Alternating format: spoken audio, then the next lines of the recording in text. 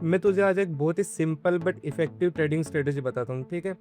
तो इस स्ट्रेटेजी का मैं पहले तुम्हें नाम बता दूँ। इस स्ट्रेटेजी का नाम है 3C² स्ट्रेटेजी, ठीक है।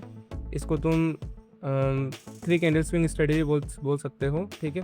3 कैंडल स्विंग स्ट्रेटेजी भी बोल सकते हो या फिर 3C² स्ट्रेटेजी बोल सकते हो, ठीक है। अब इसका ये नाम क्यों है, मैं तुम्हें इसका इंट्रोडक्शन डिटेल दे देता हूँ। अब इस स्ट्रेटेजी को इम्प्लीमेंट करने के लिए तुम्हें क्या करना है, तुम्हें अपने किसी भी फॉरेक्स पेयर के चार्ट पर आ जाना है पहले तो, ठीक है। मैंने भी फिलहाल यूरोएसडी सिलेक्ट कर रखा है, तुम यूरोएसडी सिलेक्ट कर रखा है, तुम किसी भी अपने फॉरेक्स पेयर के चार्ट पर आ सकते हो। चार्ट पर आने के बाद तुम्हें क्या करना है, सबसे पहले तो तुम्हारा काम है एक बड़ा टाइम फ्रेम सिलेक्ट करना, ठीक है। मैं यूजुअली इस स्ट्रेटजी के लिए 4 आवर का टाइम फ्रेम प्रेफर करता हूँ, ठीक है। तो तुम अपने अकॉर्डिंग और कोई टाइम फ्रेम भी यूज़ कर सकते हो। मैं 4 आवर का टाइम फ्रेम यूज़ करता हूँ, ठीक है। अब तुम्हें क्या करना है, तुम्हें एक स्ट्रक्चर देखना है, ठीक है। सबसे पहला काम तुम्हें एक स्ट्रक्चर देखना है। स्ट्रक्चर से मेरा क्या मतलब है, मैं तुम्हें पहले एक बार विजुअल रिप्रेजेंटेशन बता देता हूँ। स्पेसिफिकली बड़े टाइम फ्रेम के लिए तुम्हें क्या करना है, एक स्ट्रक्चर देखना है पहले तो, कि उस स्ट्रक्चर में ये पूरा एक बुलिश मोमेंट हो या उसके बाद एक पूरा एक बेरिश मोमेंटम हो, ठीक है। ये पूरा एक स्विंग है, एक सिंगल स्विंग है, ठीक है। अब इस सिंगल स्विंग में तुम्हें क्या देखना है, यहाँ पर जो बीच की कैंडल है उसके राइट में, उसके लेफ्ट में एक कैंडल होगी, ये बीच की कैंडल होगी और ये राइट की कैंडल होगी, ठीक है। ये लेफ्ट वाली कैंडल होगी, ये बीच वाली कैंडल होगी, ये राइट वाली कैंडल होगी, ठीक है। तो जो लेफ्ट वाली कैंडल होगी और जो राइट वाली कैंडल होगी वो दोनों इस बीच वाली कैंडल के नीचे होगा, ठीक है। सबसे पहले तुम्हें एक स्विंग आइडेंटिफाई करना है। उस स्विंग के अंदर जो सबसे मिडिल पॉइंट रहेगा उसमें सबसे बीच वाली जो कैंडल होगी वो राइट वाली कैंडल और लेफ्ट वाली कैंडल से ऊपर होगी, ठीक है। अब मैं तुम्हें इसे ग्राफ में भी बता देता हूँ, चार्ट में बता देता हूँ, ठीक है। तो अगर तुम यहाँ पे ध्यान से नोटिस करोगे, अगर तुम इस स्विंग को देखोगे, सबसे पहले तो ये हमारे पास एक पूरा बुलिश मोमेंट है, ठीक है, बड़े टाइम फ्रेम पर, और ये फिर हमारे पास एक बेरिश मोमेंटम हो गया, ठीक है। तो ये हमारे पास एक सिंगल स्विंग हो गया, ठीक है। अब इस सिंगल स्विंग में अगर तुम ध्यान से देखोगे तो यहाँ पर ये जो बीच वाली कैंडल है उसके लेफ्ट में ये वाली ग्रीन कैंडल, फिर ये बीच वाली कैंडल, फिर ये राइट वाली कैंडल, ठीक है। तो इसमें क्या हो रहा है कि जो बीच वाली कैंडल है वो अपने लेफ्ट वाली और राइट वाली दोनों कैंडल्स से ऊपर है, ठीक है। सबसे पहला काम तुम्हें ये आइडेंटिफाई करना है बड़े टाइम फ्रेम पर, ठीक है। यहाँ तक हो गया। अब मैं एक बार इसको रिप्ले मोड में एडजस्ट कर देता हूँ, ठीक है। अब तुम्हें क्या करना है, अब चलना है तुम्हें है छोटे टाइम फ्रेम पर, और फिर वहाँ पे तुम्हें समझ में आएगा इसका नाम 3 कैंडल स्विंग स्क्वायर क्यों है, 3C² स्ट्रेटेजी क्यों है, ठीक है। 5 मिनट टाइम फ्रेम पर आ जाओ, ठीक है। अब तुम्हें क्या करना है, यहाँ पर ये जो 4 आवर की साइकिल थी, हमने 4 आवर का टाइम फ्रेम सिलेक्ट करा था, उसके अकॉर्डिंग हम इसका जो रेंज था वो मार्क कर लेंगे। ये 4 आवर की साइकिल कहाँ से शुरू हुई थी, 9:30 से लेकर रात के 1:30 तक, ठीक है। यहाँ तक ये पूरी साइकिल कंप्लीट हुई है, ठीक है।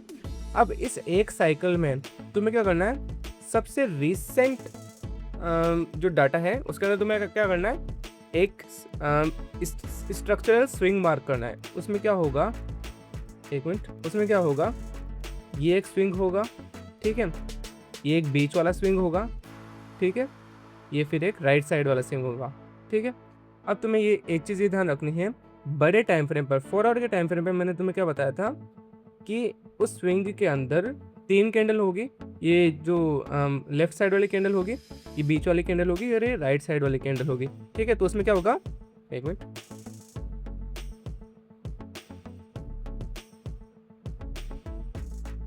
ये लेफ्ट वाली कैंडल होगी, ये बीच वाली कैंडल होगी और ये राइट साइड वाली कैंडल होगी, ठीक है। इसमें क्या था, ये सिर्फ और सिर्फ 3 कैंडल थी, लेफ्ट, बीच वाली और राइट साइड वाली, ठीक है। अब जब तुम उसी चार्ट के अंदर तुम छोटे टाइम फ्रेम पर आ जाते हो तो तुम्हें क्या करना है, उस रेंज के अंदर अब सिर्फ एक कैंडल नहीं ढूंढनी है, तुम्हें क्या करना है, एक प्रॉपर लेफ्ट साइड का स्विंग ढूंढना है, बीच वाला स्विंग ढूंढना है और राइट वाला स्विंग ढूंढना है, ठीक है।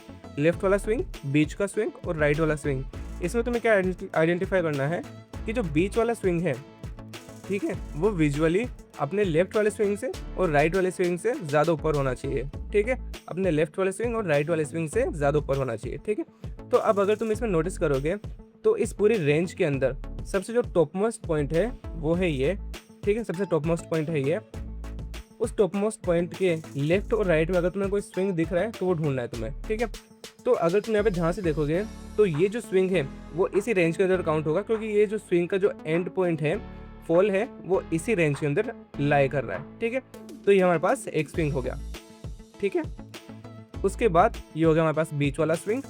ठीक है, और उसके बाद ये हमारे पास हो गया राइट साइड वाला स्विंग। ठीक है, ये हमारे पास हो गया राइट साइड वाला स्विंग। ठीक है, तो प्रॉपर ऐसा का ऐसा, ये लेफ्ट वाला स्विंग, ये लेफ्ट वाला स्विंग हो गया, बीच वाला स्विंग, ये बीच वाला स्विंग हो गया, और ये राइट साइड वाला स्विंग, ये राइट साइड वाला स्विंग हो गया, जिसमें जो बीच वाला स्विंग है वो दोनों स्विंग से ज़्यादा ऊपर हो। ठीक है, ये हमारे पास हो गया। अब तुम्हें क्या करना है कि ये जो पूरा स्विंग है, ये हमारे पास जो पूरा स्विंग है, इस पूरे स्विंग के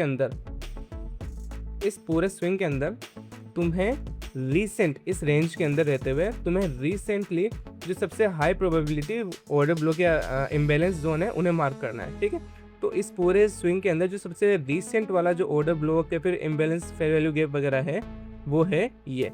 ठीक है, इसको डिलीट कर देता हूँ एक बार।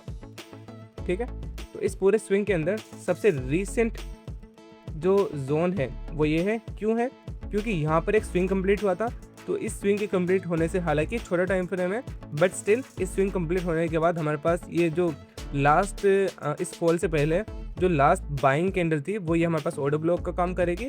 ठीक है, और उसके जस्ट नीचे ये जो मूवमेंट हुआ है, स्ट्रॉन्ग बेरिश मोमेंटम हुआ है, उसके पास हमारे पास ये फेयर वैल्यू गैप भी आ जाता है। ठीक है, तो हमारे पास एक एंट्री प्लान रेडी हो चुका है। ठीक है, इस स्ट्रेटेजी का एंट्री प्लान ऐसे ही ट्रिगर होगा। ठीक है, तो हमें क्या करना है, ये जो हमने मार्क कर रखा है फेयर वैल्यू गैप और ऑर्डर ब्लॉक, यहाँ पर ही हमें अपना एंट्री प्लेस कर देनी है, और हमें टारगेट रखना है जो इसका लो है, वो इसका जो लो है, स्विंग का लो है, वो हमें टारगेट करना है। ठीक है, अब वेट करना है कि प्राइस इस फेयर वैल्यू गैप या इस ऑर्डर ब्लॉक को टैप करे और यहीं से हमारी एंट्री ट्रिगर हो जाएगी। ठीक है, ओके।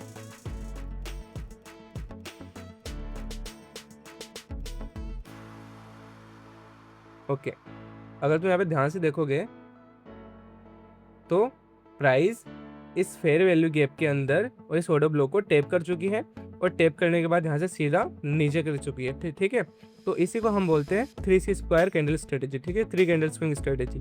ठीक है, तो इस स्ट्रेटेजी को अच्छे से बैक टेस्ट करना और इसके रिजल्ट मुझे कमेंट्स वगैरह में ज़रूर बताना। ठीक है, और तुम मेरे टेलीग्राम चैनल को भी ज्वाइन कर सकते हो। यहाँ पे मैं डेली अपनी जो ट्रेड सिग्नल्स वगैरह है और स्ट्रेटेजीज़ के मतलब ब्रेकडाउन्स वगैरह है वो देता रहता हूँ। ठीक है, और वो सब मैं आपको मतलब बताता रहता हूँ इसके अंदर।